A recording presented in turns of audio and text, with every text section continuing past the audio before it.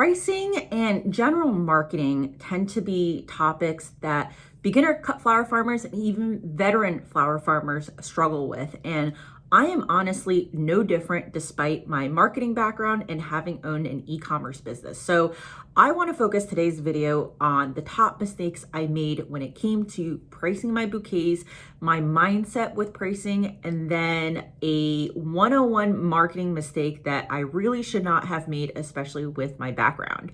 So for those of you who are new to my channel, my name is Jessie. I am entering into year 2 of my flower farming venture, and I learned a lot from year 1, and I focus my videos on the business side of things. So let's get started. Now, I want to just acknowledge that pricing is a really, really hard topic. And I don't think it's something that necessarily disappears, even for someone who's been in the business for a while. I know for my side soap business, it literally took a few years for us to nail down that pricing and become comfortable with it. I sell a premium soap product. My soaps are priced at $9.99 a bar. That's $9.99 a bar. It's been priced that way actually for a couple of years. And even when it comes to all this inflation that we're having, the cost of oils has actually significantly gone up, and vegetable oils are a main input for my soaps as well as my candles. And I haven't even raised prices there, right? So even then it becomes a bit of a struggle as to, should I raise prices? Should I not? So just want to acknowledge that it is a really hard topic, right? So, this is coming from someone who has had some experience learning from my mistakes in the past, and yet I continue to make them. And I tend to think of pricing as just this mental battle that we have with ourselves, or maybe it's just me. So I want to talk about it because I think it really will make or break your business, right? Obviously, if you don't price high enough, you need to work harder in order to generate the revenue that you need. And that's what usually causes burnout, right? So if you can price accurately and at the level that you need to run a sustainable business, you are more likely to be able to run your business for the long term. Now let's talk about what I battled this year. And the way that I think about this is I had some observations, which I interpreted as feedback for myself. So then based on that observation, I have an interpretation of that observation. And then months later, I'm able to kind of sit back and reflect on, okay, did I have the right interpretation? What are my next steps? So there are 3 observations that I want to share with you. The first one that I had was when I was sitting at my farmer's market, anytime I didn't have a great sales day, which happened more times than not, my observation was my bouquets just do not sell at the farmer's market at that current price point. And to be real, to take a step back, I did have some markets where I completely sold out of my bouquets.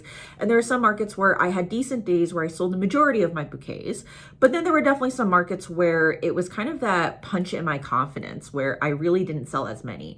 And my immediate interpretation was I chalked it up to price. I said my farmer's market does not feel like it can sustain a $20+ bouquet type of range. I need to really sell bouquets in the $15 range. And it's not like I made $20 bouquets and I sold them for $15. I try to make bouquets that were representative of $15. But, let's be honest, I definitely had some bouquets that I sold for $17 that I feel a more seasoned farmer could have probably sold for $25, right? So when I reflect upon this, I need to remind myself that, hey, I had some really hot market days. I had some really just bad weather market days in terms of rain. And maybe I just didn't get enough of the types of people who were willing to pay for that price. But it does not mean that those people do not exist. So what does that mean for 2023? Well, I talked about this in another video, but I am not re-signing up for my farmer's market for next year. The only way I would ever re-sign up for a farmer's market is if I hired help. I personally do not want to be manning that booth every other Sunday, especially since I work a full-time job. It's a lot of mental and physical burden for one person to really take on a farmer's market, even if it's just 4 hours out of a day. So that was observation number 1. Observation number 2. One of the things that I did was I actually sold bouquets through Facebook Marketplace, and I found quite a bit of success at that $15 point. But when I raised my price point up to $20, I wasn't getting any bites. And that was especially true for my winter tulips. So my observation was just that the bouquets are not getting any traction at that price point. And therefore my immediate interpretation was that there is a threshold or limit to those who shop on Facebook Marketplace for what they're willing to pay. And when I reflect upon that, I think that's actually an adequate hypothesis, right? You don't go onto Facebook Marketplace looking to pay top price. You go onto Facebook Marketplace looking to get deals, looking to get secondhand stuff, right? So what does that mean for 2023? It means that I'm probably not going to use Facebook Marketplace to sell my bouquets because it's not going to fetch me the type of customer who is willing to pay the price that I want to pay, right? And it's hard because I sold a lot on Facebook Marketplace. I did, over $1,500 worth basically last year on Marketplace alone. Some of those customers might be willing to pay $20, but I think that the majority won't. And what that means is that I need to find a new customer base. So that brings me to number 3. My third observation was that my pricing still produces a profit, even incorporating my time and labor.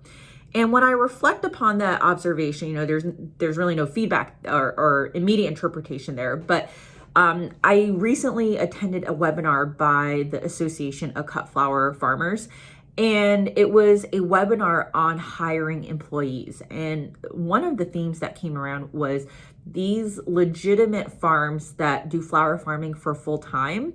They really want to pay their workers a higher wage. They really want to give their workers benefits, but they can't because of just, how much customers are willing to pay or whatever else it is.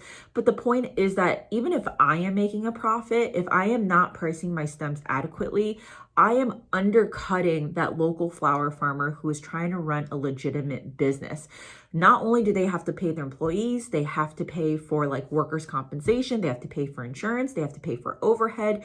There's a lot of things that they have to pay for. And what that means is that they're less likely to be able to pay that fair wage and benefit to their employees if there are other local flower farmers like us out there who are undercutting them, right? So if not for you, think about this for someone else. So one of the best things about having some time off during the holidays is I have uninterrupted time to think about stuff like this. And that is what I did. So there is one podcast that I would really recommend listening to. It is called The Profitable Mindset by Charlotte Smith. And Charlotte Smith is a former farmer. She grew up on a farm and all of her clients are farmers. So she's a bit salesy on her podcasts, but she is pretty spot on that pricing is mental and pricing is just the story that we make up in our heads if we underprice. So fundamentally, what we call price discrimination or the pricing of products at different price points is a form of targeting different customers. This is marketing 101. And I think that the best analogy to use for this is coffee, right? You've got coffee at the gas station, you've got coffee from Dunkin' Donuts, you've got coffee from Starbucks, and you've got coffee from what we call third wave shops. Third wave shops are these boutique type of coffees where, you're paying upwards of $6 for a latte in the city, right? Like Blue Bottle is a good example of that. But some people are only willing to pay 99 cents for their coffee and they're perfectly fine getting it from the gas station. And the very people who go to a Blue Bottle and are willing to pay upwards of $6 for a coffee would never pay 99 cents for a coffee at a gas station because they see the quality as inferior, right? But regardless, there is a market for coffee at different price points. And it's not just 99 cents to, we'll call it $6. There's also a $2 coffee at Dunkin'. And then there's a $4.50 coffee at Starbucks, right? So obviously these numbers are very generalized, but you see that the coffee market is at the very minimum segmented into 4 types of price points. And there's really no reason why the flower market can't be segmented that way. If anything, it is, right? Think about grocery store flowers, which usually fall at the very low end. Then you've got the very high end, which is like an event planner type of florist or designer, right? Like people are paying, upwards of like $6 to $10 per stem for those types of events. And then you've got your average florist, right, who takes those what we call wire services. So those are typically considered lower end florists. And then you've got a little bit more of the higher end florist who isn't doing event work necessarily, but is selling bouquets to the person who wants like a special occasion bouquet, right? So we've got that pricing discrimination type of segmentation already built into the flower industry. And now it's a matter of you figuring out where do you want to sell your flowers and what segment you want to sell that into.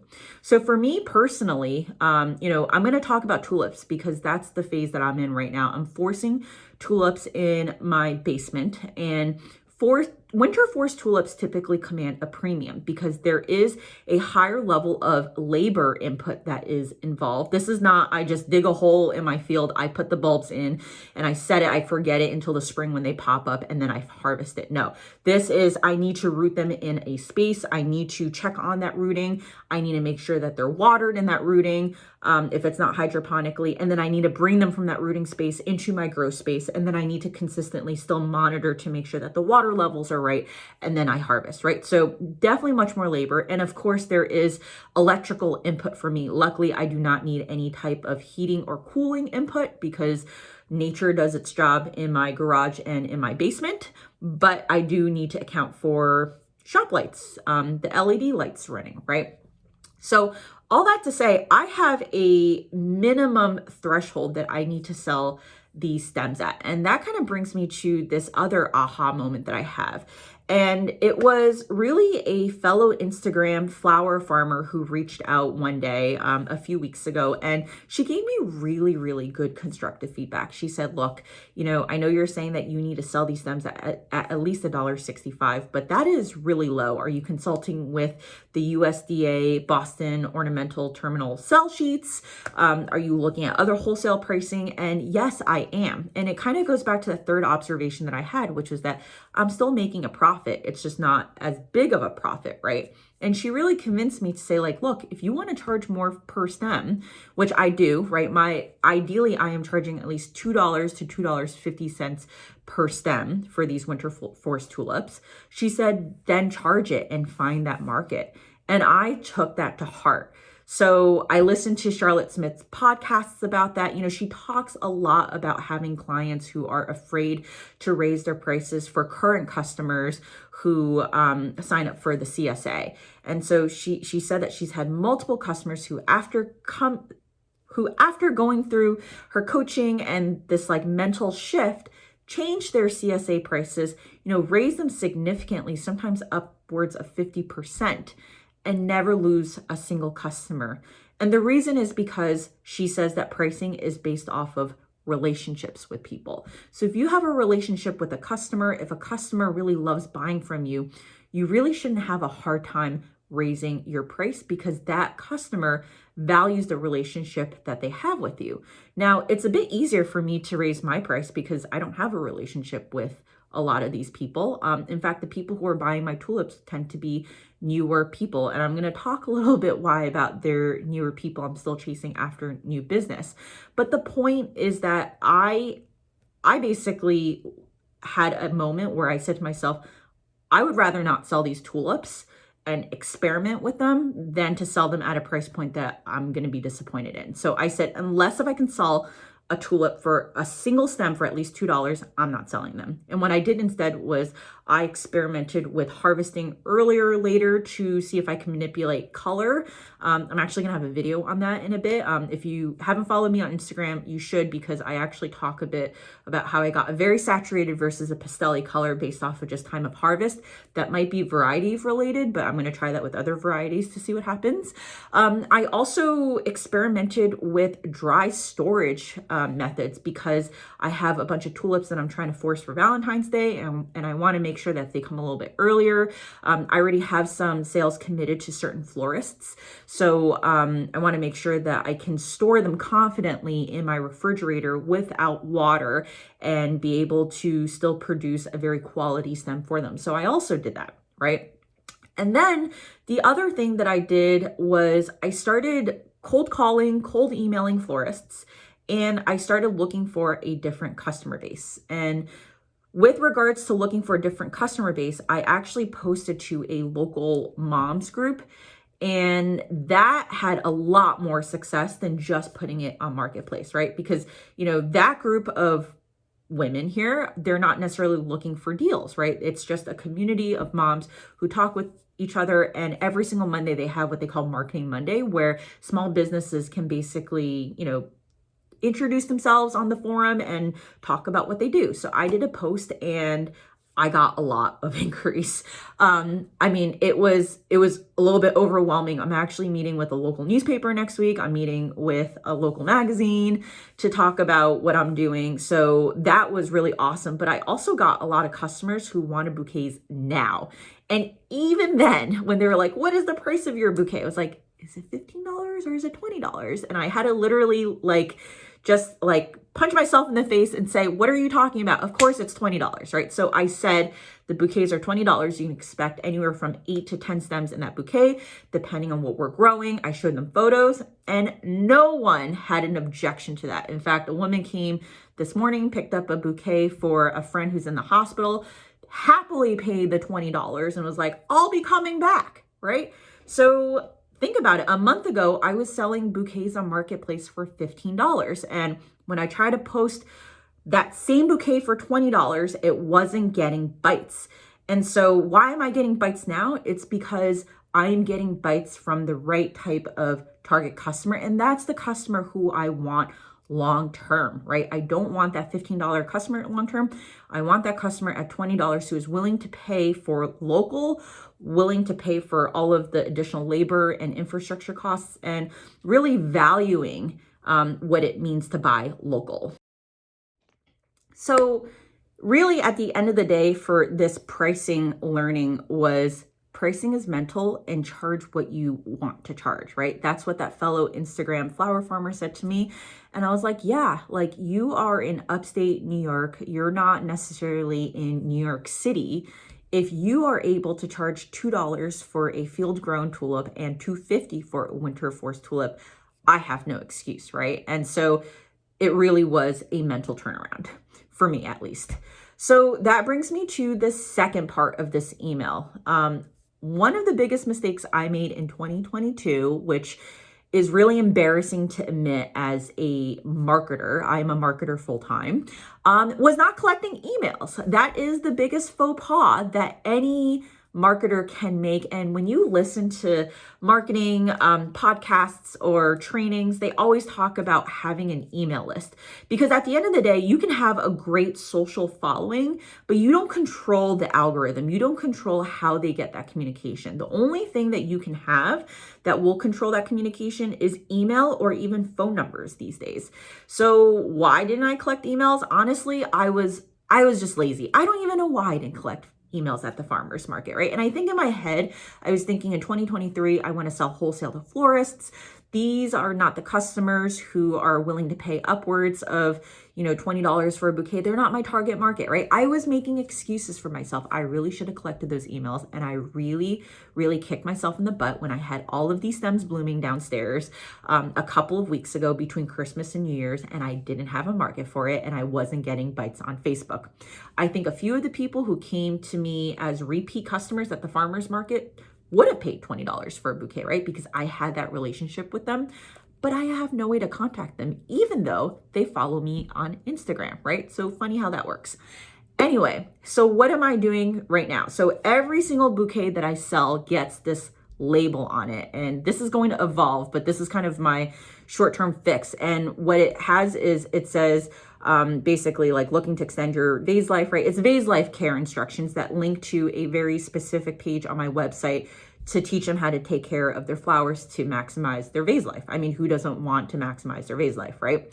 So there is a link that they can literally enter into their phone, and there's also a QR code. You can generate QR codes for free. And I think nowadays everyone knows how to use a QR code. So that QR code takes them directly to the b.a.r.e Life instructions. And on the bottom of the website, I have what we call a lead gen form capture. So basically I say that, hey, I'm going to start a flower subscription soon, be the first to find out. And I'll also let you know about what color combinations and varieties that we have in bloom. So this is, voluntarily someone can opt in.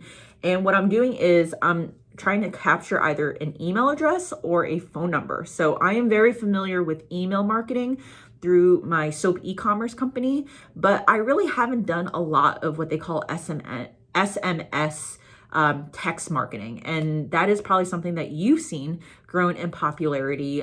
People like, I don't know if I'm a fan of getting texts from companies and promotions because I typically opt out after, but I think for local marketing, it actually might work because these people who responded to the Facebook post were super, super excited. They've been following me on my Facebook page. They really like it when I post the updates on what I have. So they might actually appreciate getting a text with a photo of the flower combination that I have, right? So I'm going to experiment with that. Once I figure out learnings and stuff, I'll definitely make a video on it. It's definitely going to take a few months, but what I really appreciate about flower farming versus the soap e-commerce business that I have is that they are very two different types of marketing. The soap e-commerce business, because I ship nationwide, means that I'm trying to do broader marketing. And it took me a few years to figure out Facebook ads, and I finally nailed it. And it was one of those things that really helped grow my business. But, flower farming is different unless if you want to ship flowers. And that was not my intention. So finding a local customer base, marketing to a local customer base is a bit different, especially when you're trying to find those people. So that is actually the challenge that I am enjoying right now. But anyway, I hope this video was helpful for you. I know that pricing is typically one of the things that most commonly comes up in flower forums. It's one of those things that people struggle with. And I just want to let you know that you're not the only one. There are plenty of people who continue to struggle. I know that some people kind of look at me as just, hey, like you're killing it in year one, like you know what you're doing. And I don't know what I'm doing, right? So this video should be a testament to the fact that I make mistakes. I make mistakes that are just mistakes that I really shouldn't be making, but so much of it is emotional. So much of pricing is that mental battle within yourself. And sometimes you just need to learn some hard lessons before you're willing to take a risk and implement change, right? So if there's anything you could take away from this video, it's one, you should always take constructive feedback seriously and to heart, right? Constructive feedback is feedback that is really meant to help you improve. The second thing is that you should really be reflecting on what you did before and asking yourself, did that make sense? Did I like the outcome that I got? And if I didn't like the outcome that I got, and you recognize that there is a problem, you need to do something about it today. You should not kick the can down the road and procrastinate, however uncomfortable it is. So drop me questions or even your experiences with pricing in the comments below, and I will see you next time.